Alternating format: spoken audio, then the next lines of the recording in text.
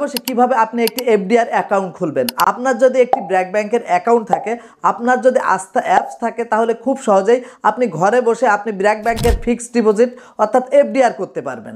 আজকের ভিডিওতে সম্পূর্ণ প্রসেস থাকবে কিভাবে আপনি ঘরে বসে এফডিআর অ্যাকাউন্ট খুলবেন। ওকে, তো শুরু করছে আজকের ভিডিও।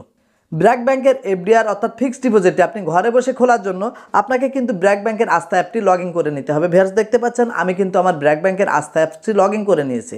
এখন আপনাদের যাদের ব্র্যাক ব্যাংকের আস্থা অ্যাপসটি এখনও পর্যন্ত রেজিস্ট্রেশন করেননি, আমাদের ডিসক্রিপশন বক্সে ভিডিও লিঙ্ক পেয়ে যাবেন। আপনি কিন্তু এই ভিডিওটি দেখে খুব সহজে ব্র্যাক ব্যাংকের আস্থা অ্যাপসটি রেজিস্ট্রেশন করে ব্যবহার করতে পারবেন। ওকে ভিউয়ার্স, এখন আপনাদেরকে দেখাই কিভাবে আপনারা এফডিআর অ্যাকাউন্ট খুলবেন।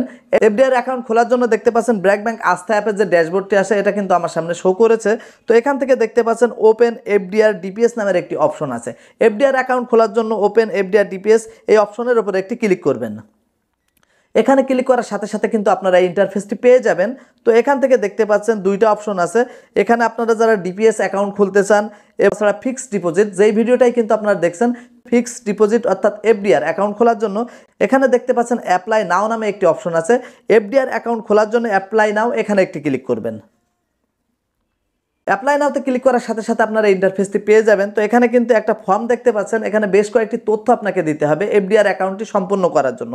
ওকে ব্যস্ত, এখানে দেখতে পাচ্ছেন অ্যাপ্লিকেশন ডিটেলস, সোর্স অ্যাকাউন্ট, এখানে কিন্তু অ্যাকাউন্ট নাম্বার আপনার যেটা আছে সেটা থাকবে। তারপরে এখানে অ্যাভেলেবেল ব্যালেন্স, আপনি যে অ্যামাউন্টের এফডিআর করবেন সেই অ্যামাউন্টটি কিন্তু এখানে অ্যাভেলেবেল থাকতে হবে। ওকে ব্যস্ত, এখানে আমার অ্যাভেলেবেল ব্যালেন্স আছে। তারপরে নিচের দিকে দেখতে পাচ্ছেন এফডি প্রোডাক্ট টাইপ, এখান থেকে সিলেক্ট প্রোডাক্ট এখানে একটি ক্লিক করবেন। এখানে ক্লিক করার সাথে সাথে চারটি অপশন পাচ্ছেন। প্রতি মাসে আপনার ইন্টারেস্টের উপরে যে অ্যামাউন্টটি আসে সেইটা যদি আপনার অ্যাকাউন্টে রিসিভ করতে চান, অর্থাৎ প্রতি মাসে মাসে আপনার লাভ্যাংশের টাকাটি নিতে চান, সেক্ষেত্রে এখান থেকে আপনারা এফডি রিটেল অবিরাম এই যে অপশনটি আছে এই অপশনটি সিলেক্ট করবেন। ওকে ভিউয়ার্স, তো এখান থেকে আমি এফডি রিটেল অবিরামটি সিলেক্ট করে দিয়েছি।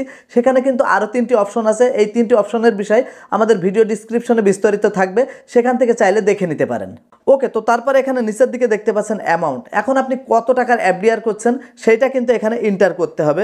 ভিউয়ার্স, এখানে আমি যে অ্যামাউন্টের এফডিআরটি করছি সেই অ্যামাউন্টটি কিন্তু এন্টার করে নিয়েছি। সিলেক্ট টেনরে ক্লিক করার সাথে সাথে আপনি কত দিনের জন্য এফডিআরটি করবেন সেখানে কিন্তু বিস্তারিত আছে। এখন আপনি কত দিনের জন্য আপনার এফডিআরটি রাখবেন সেটা কিন্তু এখান থেকে সিলেক্ট করে নিতে হবে। টেনরটি সিলেক্ট করার সাথে সাথে এখানে দেখতে পাচ্ছেন রেট অফ ইন্টারেস্ট 10%।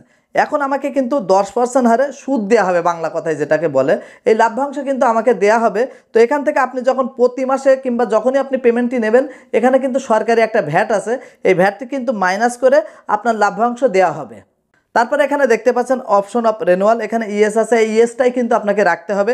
তারপরে নিচের দিকে দেখতে পাচ্ছেন renewal type, select renewal type, এখানে একটা ক্লিক করবেন।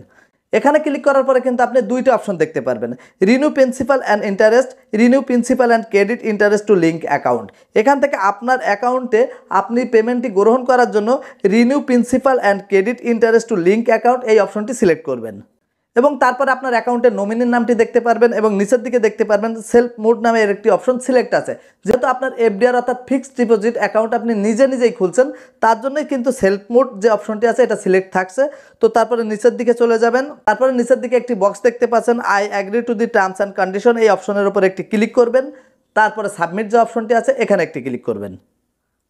সাবমিটে ক্লিক করার সাথে সাথে আপনার ব্র্যাক ব্যাংক অ্যাকাউন্টের সাথে যে মোবাইল নাম্বারটি রেজিস্ট্রেশন করা আছে সেখানে কিন্তু একটি ওটিপি চলে যাবে। সেখান থেকে ওটিপিটি সংগ্রহ করে এখানে এন্টার করে দিবেন।